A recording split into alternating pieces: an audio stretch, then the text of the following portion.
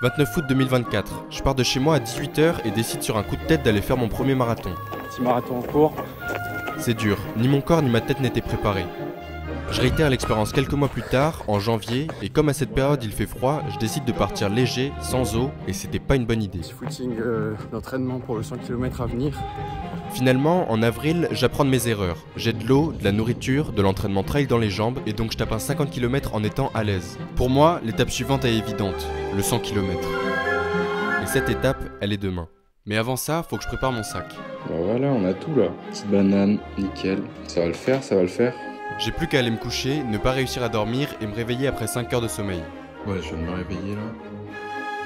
Faire un petit édit de la shape avant de partir. Et bien évidemment, on découvrira ensemble si mon physique a vraiment changé à la fin de la vidéo. Oui, c'est pour le watch time. Bon allez, j'enfile mes chaussures, prêt à partir pour la grande aventure. Je suis accompagné de mon frère sur les 5 premiers kilomètres. Un kill, un cinquième, commence pas compliqué. Mais après, c'est tout seul que ça va se jouer. Assois gros. Et quand je dis tout seul, c'est vraiment tout seul. J'ai croisé personne pendant les 3 premières heures. Et j'ai pas non plus pris mes écouteurs car j'ai pensé que ce serait une bonne occasion d'écouter la musique des oiseaux plutôt que celle des humains.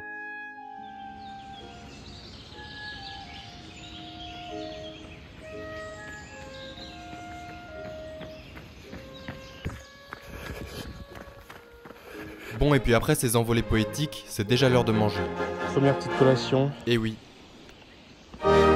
Faut la nourrir la bête. Mais c'est bien beau de manger des barres de céréales, mais maintenant, va surtout falloir avaler des kilomètres. Hop, on est à 10 bornes. 1 heure pile poil. Pour l'instant, c'est nickel. Si je suis de ce rythme-là, c'est bien. Mais bon, ça m'étonnerait quand même. On verra bien.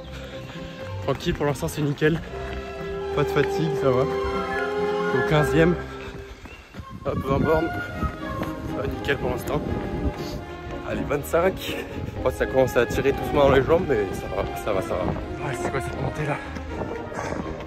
Et pendant tous ces kilomètres, je suis passé par plein de beaux endroits et j'ai aussi vu pas mal d'animaux, comme ce renard, ces cigognes d'Alsace, des petites biches bien sûr, sans oublier cette grenouille minuscule. Je suis aussi passé par cette très jolie chapelle, dommage qu'elle ait été fermée. Et puis c'était déjà l'heure de faire une petite pause pour les 30 km.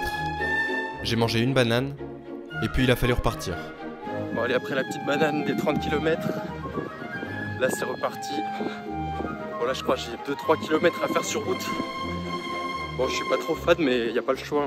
À ce moment-là, je sais pas encore mais c'est le début des ennuis. Après tout, si tout se passait toujours comme prévu, est-ce qu'on s'ennuierait pas un petit peu? Moi qui pensais faire seulement 3 km de route, finalement je me retrouve à faire plus que ça.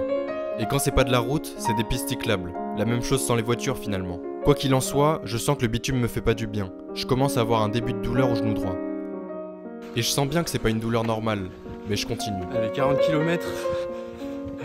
Je continue, mais je suis obligé de ralentir. Ça va être chaud. Je dois faire de plus en plus de pauses et je sens que mon genou commence à irradier dans toute ma jambe. Alors ok, j'ai mal, mais je vais quand même pas m'arrêter. Je suis à 45. Ouais.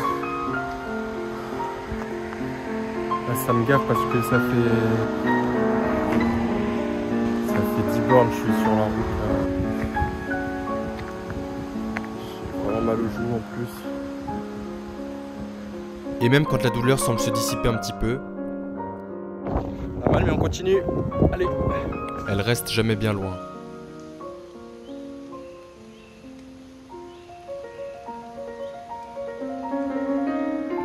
La dernière fois j'ai fait 50 bornes, j'ai fini tranquille. Là je suis à 49,5. Mec, j'arrive plus à courir. Que ce putain de genou là. La jambe droite là, j'ai super mal au genou, elle fait putain mec. Je suis à 50 bornes. La dernière fois j'ai fini les 50 bornes, j'étais à l'aise.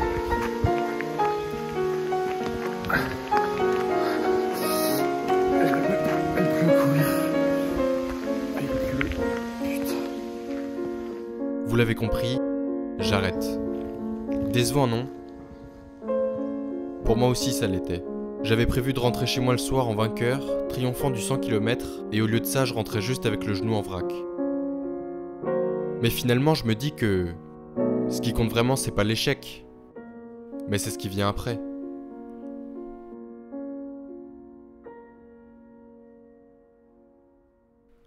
Ah, et d'ailleurs... Ça n'a pas trop bougé.